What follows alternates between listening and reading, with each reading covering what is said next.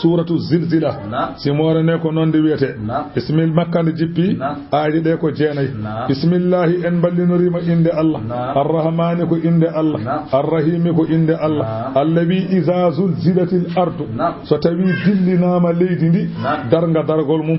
zilzalaha e dillugol mum wa akhrajatil ardu leydi ndi yaltini athqalaha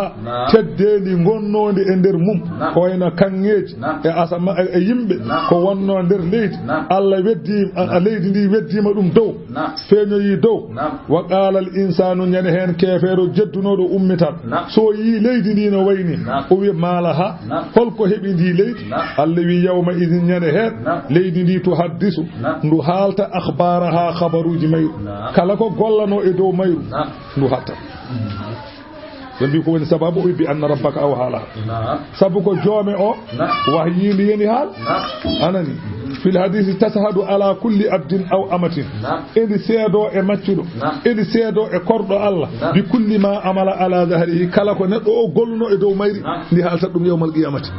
kaari wadino e amni kaari wadino e dow amni Allah wi yawma idun ñane hen yasjurun nasu yimbe be ƴengtat ngummo e darorgal yeso Allah be ƴengta ashtatan e be certi beedo nanga lawol ñamol pewa aljanna beedo nanga lawol nanol pewa jeygol ala biete ko ganjeeda ala wappade ala so yimbe be certi e mobdu ñaawama tan ale fokire kala naatowo jeygol biyetaake fatuga falata ndaga tango bedda nana o direct jeygol tout droit wayna ko tout droit ha aljanna go fof tout droit ala abbaga ganjeeda ala ana jaaken arga dum ala yawma idhi yasduru nas astara Allah wi holko be badata non o wili yuraw bele be jiya jobdi a'malahum golliji mabbe ko neddo o golluno ko moji yobe aljanna golluno ko bori yobe jeygol Allah wi man ya'mal kala mo golli misdala fodde teddeni zarratin gabbel nen khairan to bange mojjere yarahu ma o yi jobdi mum wa man ya'mal mo golli misdala fodde gabbel nen teddeni mum zarratin wori gabbel nen sharran to bange worode yarahu ma o yi jobdi mum